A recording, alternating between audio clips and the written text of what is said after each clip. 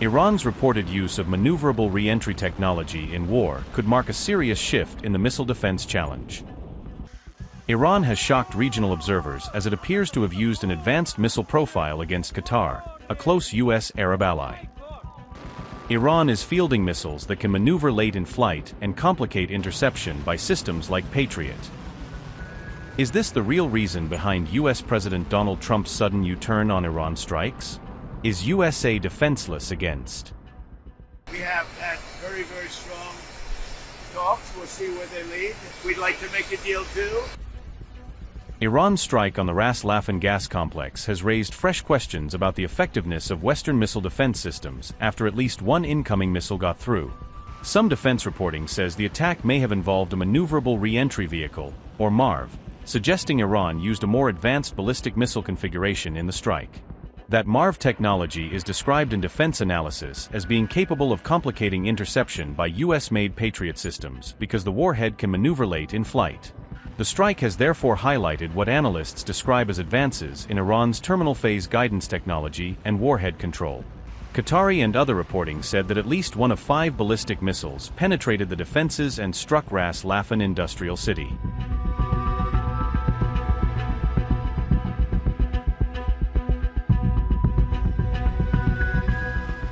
MaRV technology allows the warhead to change its path during the terminal phase of flight, rather than simply following a predictable ballistic arc. That can complicate the interception calculations used by systems such as Patriot, THAAD, and Arrow, which rely heavily on trajectory prediction and timing. The maneuvering can include both horizontal and vertical adjustments at extremely high speeds, making the final approach harder to model in real time.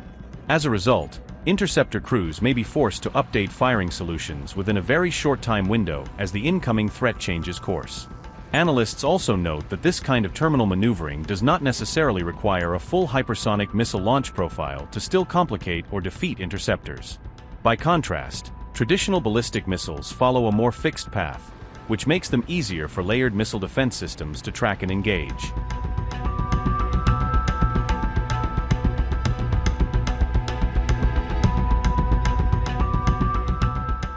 Ras Laffan Industrial City in Qatar was hit by Iranian missiles on the evening of March 18, according to Qatari and international reporting. The strike was widely described as Iranian retaliation after an Israeli attack on Iran's South Pars gas field earlier in the conflict. The attack caused extensive damage at the facility, and further attacks around Ras Laffan were reported on March 19 as the crisis deepened. Ras Laffan is one of the world's most important LNG hubs and is commonly described as accounting for roughly 17 to 20% of global liquefied natural gas supply.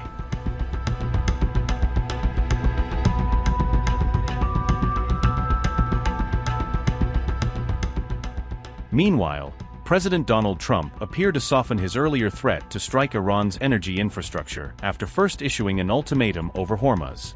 On March 23, Trump said the United States was talking to the Iranian side, but Tehran publicly denied that meaningful dialogue was taking place.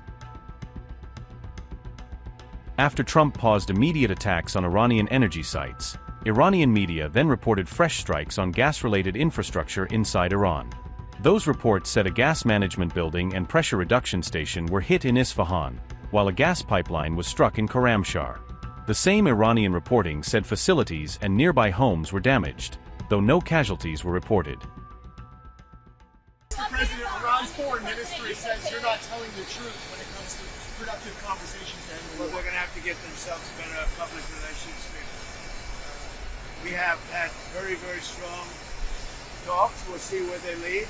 We have major points of agreement. I would say almost all points of agreement.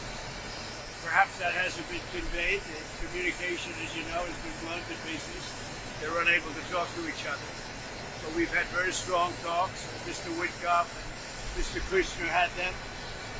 They went, I would say, perfectly. I would say that if they carry through with that, it'll end that problem, that conflict, and I think it'll end it very, very substantially.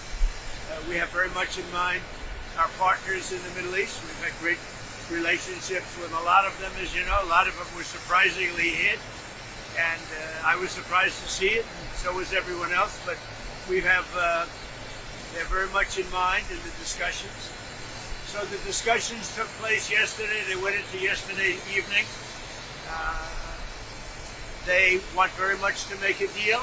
We'd like to make a deal too. We're going to get together today by probably phone because it's very hard to find a country. It's very hard for them to get out, I guess. But we'll at some point very, very soon meet. We're doing a 5-day period. We'll see how that goes. And if it goes well, we're going to end up with settling this. Otherwise, we just keep bombing our little hearts out. Mr. President, who are you speaking with in Iran? A top person, don't forget. We've wiped out the leadership phase 1, phase 2, and largely phase 3. But we're dealing with a man who I believe is the most respected and the leader. It's a little tough. They've wiped out everybody. Is that the Supreme Leader? No, not the Supreme Leader. We don't. Well, nobody heard of the second Supreme Leader, the son. Nobody. We have not heard from the son. Every once in a while, you see a statement made, but we have not. We don't know if he's living. But the people that seem to be running it, and they seem that based on really fact, because things they've said have taken place. Can you say what that is? I can't. Mr. President, Because I don't want him to be killed. Okay, I don't want him to be killed. Mr. President, Nobody wants to be that. Nobody wants that job right now. You know, nobody's exactly looking forward to being the head of that particular country. But perhaps we'll be able to solve that problem.